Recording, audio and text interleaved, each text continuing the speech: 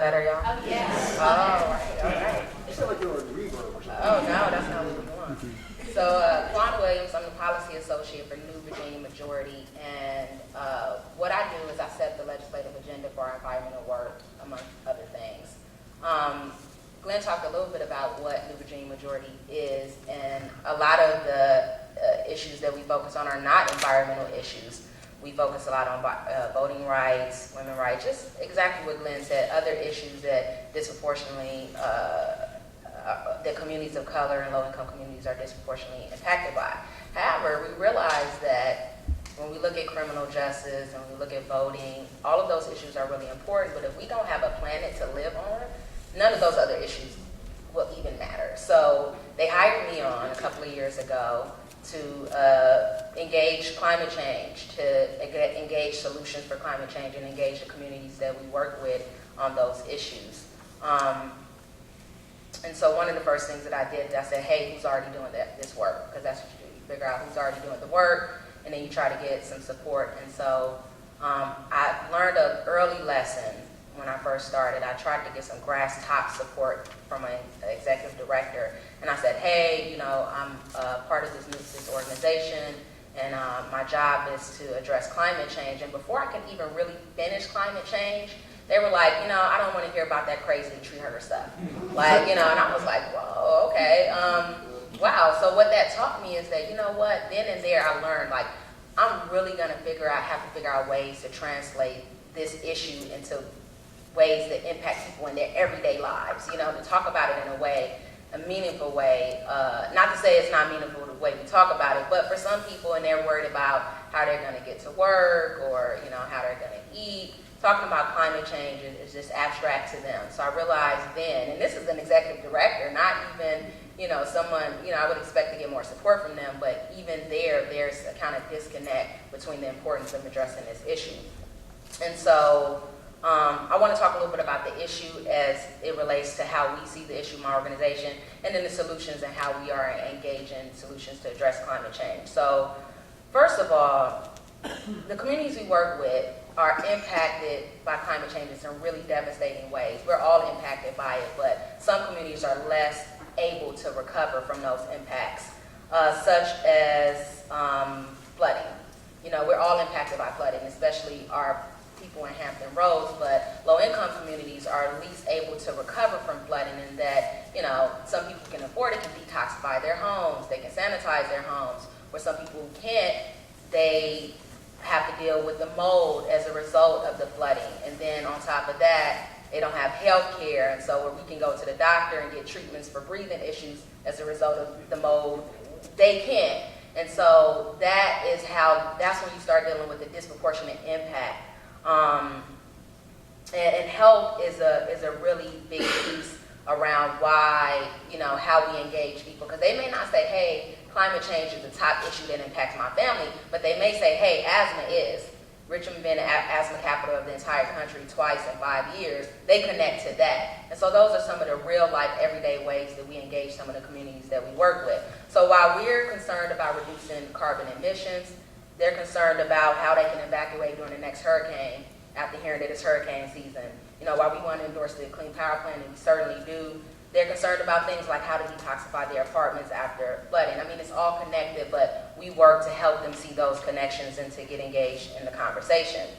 And so for us, it's foolish to deny that climate change exists, that man-made climate change exists. It's as foolish as trying to deny that there's a correlation between cigarette smoking and cancer. I mean, we may not can trace a single cigarette to cancer, but we know that cigarettes and cancer, there's a relationship there. And so there's a connection between the carbon pollution that exists and climate change. That just is what it is. And anybody else making a different statement is probably disingenuous and making manipulating data. Most scientists agree, and that's what it is. And so what that means for us is that we look at solutions really from like a 5-fold approach. So we do coalition building, we do regional and local organizing, civic engagement, statewide policy, and then we focus on messaging and media hits. And so the coalition building looks like how I know Glenn, is a part of the Virginia Conservation Network. My organization is a part of that. We're a part of the Clean Power Plan Coalition. We are part of the Virginia Steering Committee to address climate, the Virginia Climate Movement.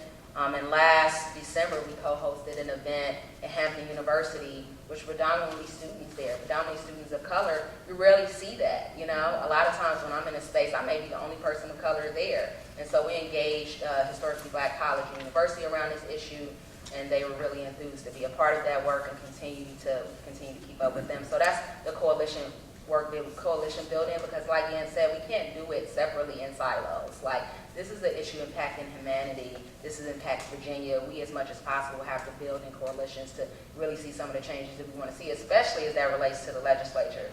You know, as somebody who's registered to lobby during General Assembly session, you know, it's very difficult to get anything passed there. But if there's education in communities and people put pressure on their legislators for the changes they want to see, it makes it much more difficult for legislators to deny the demand for what it is that needs, the changes that need to happen. And so that's coalition building. We also do regional and local organizing. And I'm really excited about this because for a while, the past 2 years, I've been the only person in my organization full-time dedicated to addressing environmental justice or climate change. And so now we recently hired an organizer. And so that person is doing some aggressive outreach to build capacity in Portsmouth to address flooding. You know, the key issue in Hampton Roads, we know is flooding. And so we're excited about that work that we're doing there. We do petitions and canvassing and knock on doors in Northern Virginia and Richmond and Hampton Roads to engage people because, you know, they may not show up to a meeting like this. You know, this issue may not be addressed at some of the meetings that they do show up to. So sometimes we take the issue to them and see how we can engage them where they are. Civic engagement is really key. That's kind of what my organization is known for, is civic engagement. And now we've included environmental questions on our candidate questionnaires. We have some C3 work, which is strictly educational. We have some C4 work where we actually endorse candidates who we think will be good for Virginia. And we ask them, you know, how do you plan to address climate change? Where do you plan to get the money from? So the thing about legislators, they may say that they are going to deal with the issue, but we all know that, you know, if you don't have a budget to deal with the issues, then the issue won't get dealt with. So we ask them practically, how do you plan to deal? So that's great in your heart, you want to deal with it, but practically, how do you plan to deal with it and have them be accountable to answering such questions? Statewide policy is really key. And I know some people, I was at a meeting earlier today and they said, hey, I don't even want to try anything at the General Assembly. I just want to focus on the local level, but we can't marginalize our efforts. At the end of the day, if we don't get the Virginia Coastal Protection Act passed, next year we may try getting it there after that. I mean, it's really important that we not only have an idea of what we want to see, but we have the money.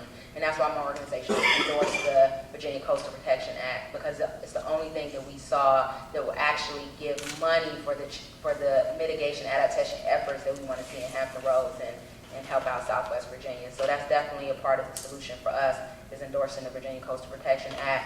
Last year, we endorsed the hybrid tax repeal bill. It just doesn't make sense to give people a distance incentive for driving a hybrid vehicle. Like, but who thought that was a good idea to begin with? Like, you want to incentivize people to drive hybrids. Why tax them? You know, so we supported that bill that actually passed. And so another key piece is messaging and media.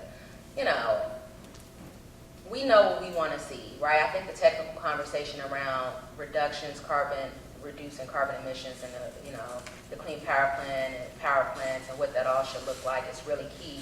But again, you know, for us, we really are challenged with discussing this in a way that impacts people's everyday lives. And so we may not always address climate change on the front end. We may talk about the health impacts, and we may educate the media around how communities of color are impacted and participate in press conferences and events like this. And so that's, you know, the issue. Some of the ways that communities we work with are disproportionately impacted. And at the end of the day, a big solution for us is just engaging more people at the table.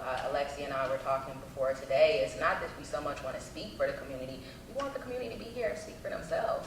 And that's really key. You know, we need not only legislators and people part of task force and commissions to make decisions for us. We need people who are impacted to help with the decision-making processes for themselves. And so that is a key solution that we see on engaging this issue. And, you know, I look forward to further discussion about that.